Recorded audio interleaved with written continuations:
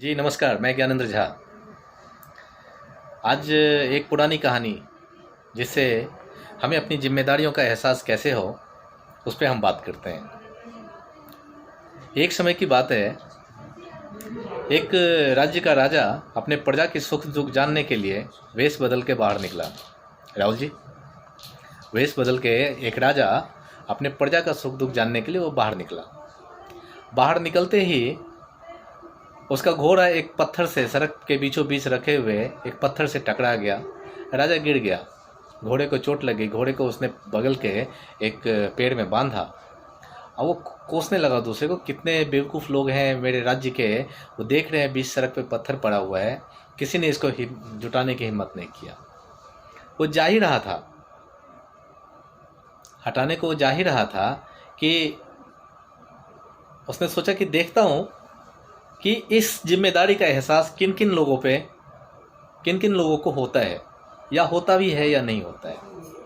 उसी समय एक व्यापारी वो छिपकर झाड़ी में देखने लगा। राजा, एक व्यापारी उसी समय उधर से गुजर रहा था, बैलगाड़ी पे गीत गाते हुए वो जा रहा था। अचानक उसकी बैलगाड़ी टकरा गई, गिरते गिरते बचा वो। उसने उस गांव के लोगों को या उस सड़क से गुजरने वाले हर एक लोगों को भद्दी भद्दी गालियां दिया, कोसना शुरू किया कि पता नहीं लोगों ने देखा, अंधे हैं, ये हैं, हटाने की फुर्सत नहीं किसी को। और यह कहता वो वहाँ से निकल गया, लेकिन उसने पत्थर वहाँ से नहीं हटाया। फिर एक किसान आया, उसका बैल भी टकरा गया।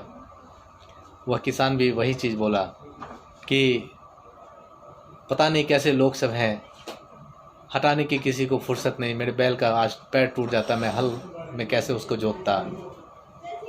फिर वो भी कोसते हुए आगे निकल गया।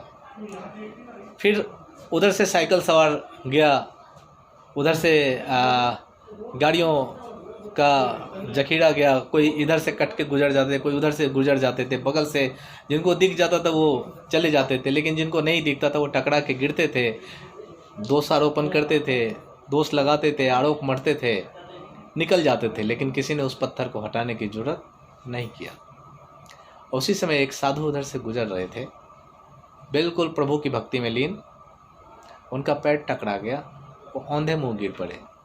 उसने कहा, हे भगवान, ये तो बीचों बीच पत्थर रखा हुआ है, किसी को चोट लग सकती है। मुझे लगा तो पता नहीं कितने लोग और भी गिरेंगे, इसको हटा देना चाहिए यहाँ से। वह बुजुर्ग साधु खुद उस पत्थर को हटाने में लग गया, उसे टस से मस नहीं हुआ। राजा ने देखा इसके अंदर जागृति आई है, इसकी जिम्मेदारियों का इसको एहसास हुआ है। इसने ओनरशिप तो लिया कि हटाना है मुझे, क्योंकि मुझे चोट लग गई। इसने इनिशिएट तो किया, इसने शुरुआत तो किया। राजा ने सोचा ये अकेला इससे टस से मस नहीं होगा। वह खुद बोला, रुकिए साधु बाबा, मैं आपका साथ देता हूँ। और दोनों ने मिलकर उस पत्थर को डिगाने की कोशिश किया। फिर उधर से वापस आ रहा था एक साइकिल सवार जिसको चोट लगी थी। उसने देखा ये दोनों मिलके हटा रहे हैं और मैं भी इसमें साथ देता हूँ, मुझे भी चोट लगी है। तीनों ने मिलके इस तरीके से धीरे धीरे 4-5 आदमी मिल गए और उस पत्थर के बड़े से टुकड़े को उन्होंने सड़क के किनारे कर दिया, जो सड़क के बीचों बीच न जाने कितने लोगों को दुखी कर रहा था, चोट पहुंचा रहा था। ये तो एक कहानी है।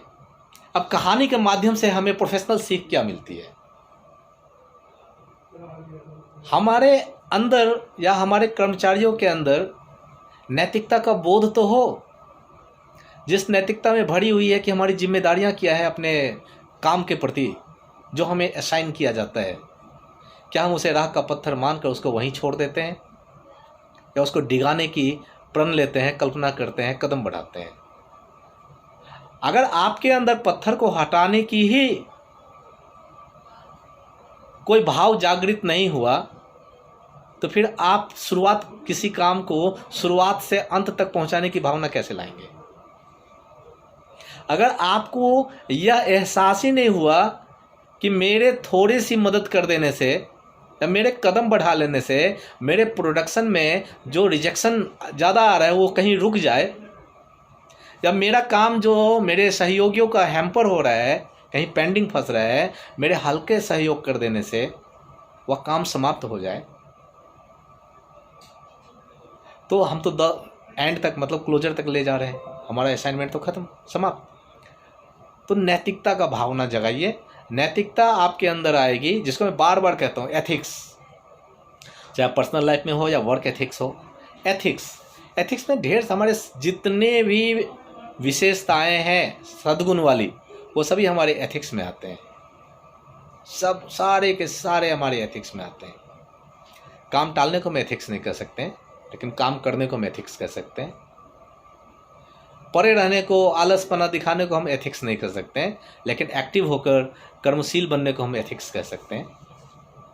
तो सवाल है या सीख है कि क्या हम अपने तरक्की के मार्ग में पड़े हुए उस बाधा जो पत्थर के रूप में है, क्या उसको हटाने की जिम्मेदारी लेने को तैयार हैं?